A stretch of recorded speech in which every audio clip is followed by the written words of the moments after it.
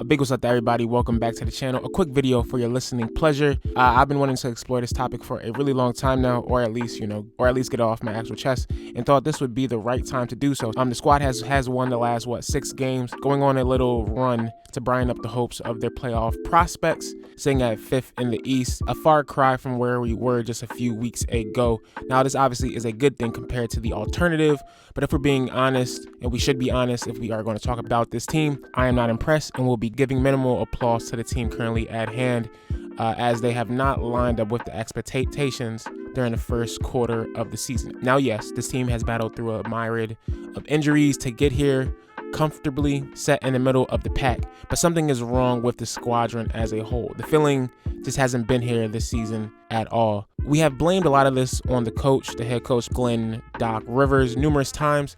I have placed a lot of this on the players themselves because, at the end of the day, the players are the ones playing the games. But I haven't heard that much heat getting sent towards our president of basketball operations, Daryl Morey. So I have a question. Have we fans let him off of the hook for his job description and what he needs to actually do to get this team in the right direction? This video will try to answer that question. Thank you for joining us. I've been sick as hell the last few weeks, so that's why I haven't been putting out content, but we are back. Excuse me. So we all know who Daryl Morey is. There really is no need for no long drawn-out introduction. He is historically known in the minds of many as the general manager of the Houston Rockets, best known for pushing the limits of basketball understanding through the actual three-point shot, as well as small ball offense, where for almost a decade with James Harden and company, he tried various offensive strategies and never made it out the final round of the Western Conference Finals. He is also widely known for the trade swindle where he actually got his name claimed to fame. James Harden has been playing with hella Bulls the last, 8-9 years, and a lot of that can be attributed to Daryl Morey and his negotiation skills.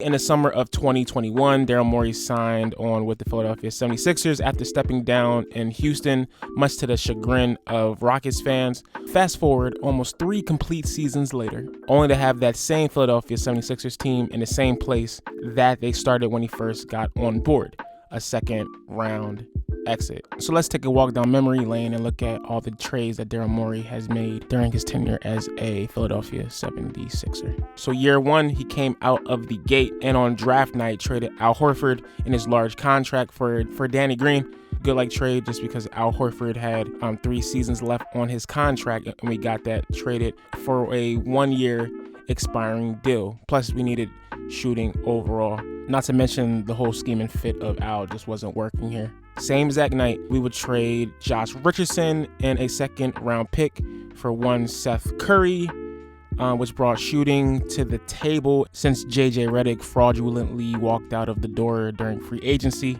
The season continues.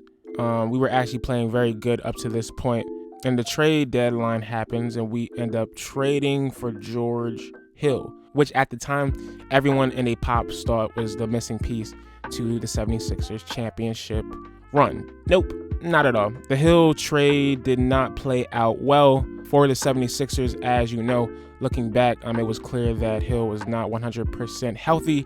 He was battling through a hand injury, and I would say is one of the main reasons why we did not win that Hawks series. If you remember back, Maxey was definitely the better alternative guard there, and he's the reason why we actually won Game 6. But of course, Coach Glenn played Hill in the pivotal Game 7 and gave us absolutely nothing. That was one of the worst trades on the bunch right here. Moving on to year 2, the James Harden for Ben Simmons trade, and this is the crown jewel of Mr. Morey's time here. Obviously, he dumped a superstar, or a player rather, who was never going to play for the organization again. Now, you may not say that Harden is a superstar per se, or what he once was, but in my opinion, it was still a good jaunt.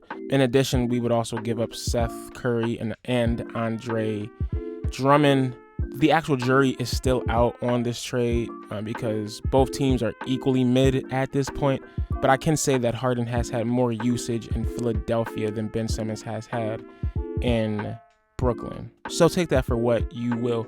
And this year 3, Morey traded Danny Green for one DeAnthony Melton, which is a good trade overall in my opinion, just because we have needed a actual backup guard, a competent backup guard for the actual longest, a 3-and-D type ball, emphasis on D, pause, and Melton has been playing up to Skelter. So taking all of this info into consideration, have we Philadelphia 76ers fans let Daryl Morey off of the hook, since we, haven't freaking passed the second round in who knows long? And obviously, that has been the goal. That's why we brought him in.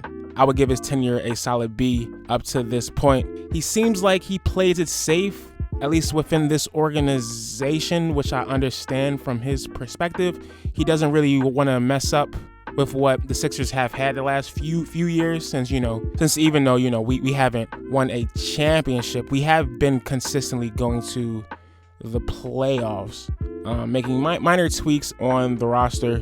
You got to give him credit for bringing known guys into the organization: Dwight Howard, Andre Drummond, Georges Niang, PJ Tucker.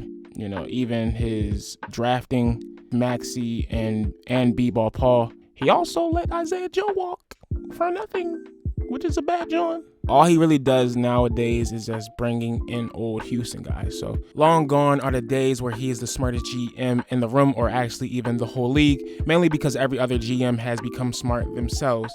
He has helped change the way basketball is thought as a whole. So obviously with the evolution of the game, basketball management would evolve as well. Look, I'm not here to point fingers. This actual whole organization is a mess from top to bottom. But yes, Morey is the problem too, as a result of being a part of the organization. We don't have many cracks left at this championship thing. So in the words of Meek Millie, scare money make no money. I believe Morey needs to be more aggressive in his approach. But maybe I'm the one tripping. Do we as fans let Daryl Morey off of the hook? Can he do more? Let me know in the comment section. More videos on the way. I'll talk to y'all later. Peace.